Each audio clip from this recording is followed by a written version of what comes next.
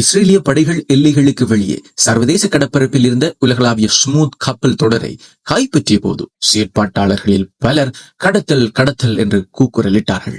இந்த நடவடிக்கையில் 13 படகுகள் கைப்பற்றப்பட்டன.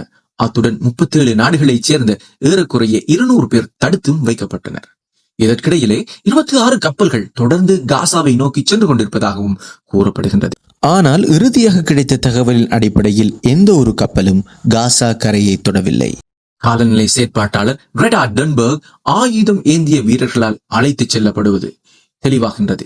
இந்த கைப்பற்றுதல் நடவடிக்கையில் நீர் துப்பாக்கிகள் மற்றும் மின் அதிர்ச்சி சாதனங்கள் போன்றவற்றை பயன்படுத்தி கப்பல்களுக்கு எதிராக அவற்றின் தகவல் தொடர்பு இணைப்புகளை துண்டிக்க முயற்சி செய்யப்பட்டது.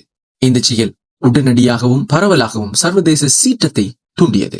கொலம்பிய ஜனாதிபதி குஸ்டாவோ பெட்ரோ எஞ்சியிருந்த அனைத்து இஸ்ரேலிய ராஜதந்திரிகளையும் நாட்டை விட்டு வெளியேற்றியதுடன் இந்த இடைமறிப்பை பிரதமர் நெத்தன்யாகுவின் சர்வதேச குற்றம் என்று கண்டித்தார். அம்னஸ்டி இன்டர்நேஷனல் பொதுச் செயலாளர் காசா மீதான இஸ்ரேலிய தடையை சட்டவிரோதமானது என்று வர்ணித்தார். பாகிஸ்தான், பொலிவியா, மலேசியா மற்றும் அயர்லாந்து உள்ளிட்ட நாடுகள் கவலை தெரிவித்துள்ளன. ஐக்கிய நாடுகளின் மனித உரிமைகள் உயர் ஆணையர் வோல்கர் டர்க் காசாவின் மீதான தடையை உடனடியாக நீக்குமாறு இஸ்ரேலை வலியுறுத்தினார். இதற்கு மாறாக இத்தாலியின் பிரதமர் ஜோர்ஜியா மெலோனி காசாவை அடைய முயல்வது பலஸ்தீன மக்களுக்கு எந்த பலனையும் தராது என்றும் விமர்சனத்தை வெளியிட்டுள்ளார்.